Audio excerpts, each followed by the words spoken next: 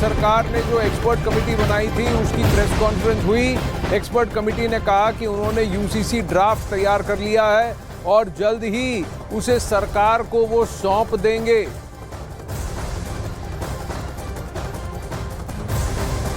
ये एक बहुत बड़ी खबर होगी क्योंकि पुर्तगाली समय से सिर्फ गोवा भारत में एकमात्र राज्य है जहां पर पुर्तगाली समय से चल रहा है कॉमन सिविल कोड को गोवा के भारत में विलय के बाद उसे कंटिन्यू किया गया। उसके बाद अब उत्तराखंड, कई सारे राज्यों ने इसकी घोषणा तो की लेकिन उत्तराखंड ने इसको अपने चुनावी मैनिफेस्टो में शामिल किया था और पुष्कर धामी, मुख्यमंत्री पुष्कर धामी ने कहा था कि फिर से अगर चुनाव जीतकर आएंगे कार्यभार संभालने के बाद ही उन्होंने ये वादा किया था कि जल्द से जल्द प्रदेश में कॉमन सिविल कोड लागू करने की तैयारी की जाएगी। उत्तराखंड के इस ड्राफ्ट को क्या फिर भारत के लिए टेम्पलेट माना जाएगा? क्या यूसीसी का उत्तराखंड में लागू होना इस तरफ इशारा करता है कि जल्द ही शायद सदन के और संसद के मॉनसून सत्र में ही ड्राफ्ट यूसीसी के साथ साथ एक बिल की भी तैयारी हो जाएगी और उसे पेश किया जाएगा ताकि वो देश भर में लागू हो। फिलहाल इस प्रेस कॉन्फ्रेंस की एक साउंड बाइट आपको सुनाते हैं जो उत्तराखंड सरकार द्वारा नियुक्त एक्सपर्ट कमेटी ने की थी थोड़ी देर पहले। That the drafting of the proposed Uniform Civil Code of Uttarakhand is now complete.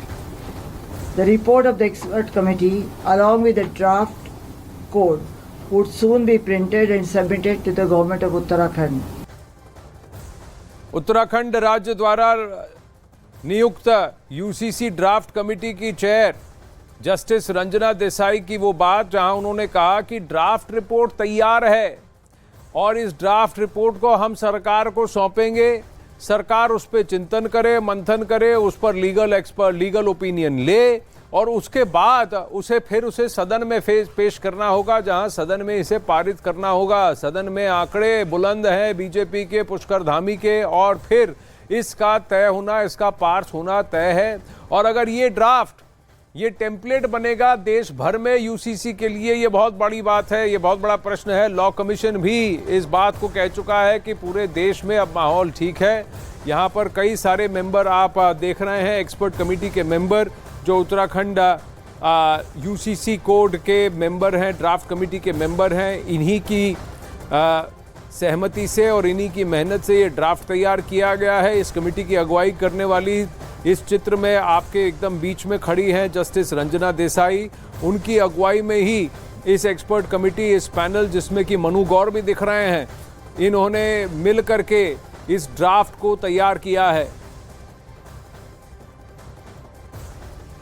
ये बहुत बड़ी बात भारत के संविधान के चौथे पाठ जहां directive principles of state policy की बात होती है उसमें आर्टिकल 44 में हमारे संविधान को लिखने वाले इस देश के फाउंडिंग फादर्स बाबा साहब भीमराव अंबेडकर और उनकी टीम, इन सब ने एक आदेश, एक कल्पना की थी और ये कहा था कि राज्य की जिम्मेदारी है, स्टेट की जिम्मेदारी है, स्टेट यानी कि सरकार की जिम्मेदारी है कि भारत के हर इलाके में, टेरिटरी ऑफ इंडिया में हर सिटीजन को सिक्योर किया जाए कॉमन सिविल कोड के साथ।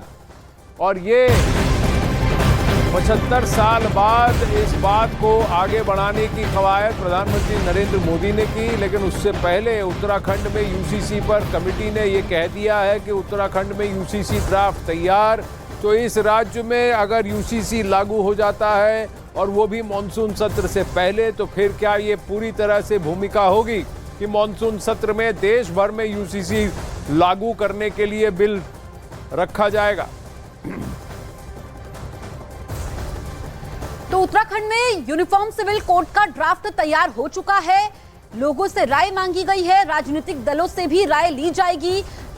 यूनिफॉर्म सिविल कोड पर उत्तराखंड में रिपोर्ट तैयार है और कमेटी सरकार को जल्द रिपोर्ट देगी। इस वक्त की सबसे बड़ी खबर हम आपको बता रहे हैं। यूनिफॉर्म सिविल कोड को लेकर उत्तराखंड सरकार पहली सरकार थी। जैसे ही सरकार बनती है उसके बाद में एक कमेटी को तैयार किया गया। उस कमेटी को यह जिम्मेदारी दी गई कि आप सभी पहलुओं पर सभी बिंदुओं पर जांच कीजिए और उसके बाद ड्राफ्ट तैयार कीजिए। अब कमेटी में कई अहम लोगों को रखा गया था। सुप्रीम कोर्ट के रिटायर्ड जज रंजना गोसाई को रखा गया, जिनको आपने सुना भी। उन्होंने अब इस बात को रखा है कि हमने सभी पहलुओं पर जांच करने के बाद अब ड्राफ्ट तैयार किया।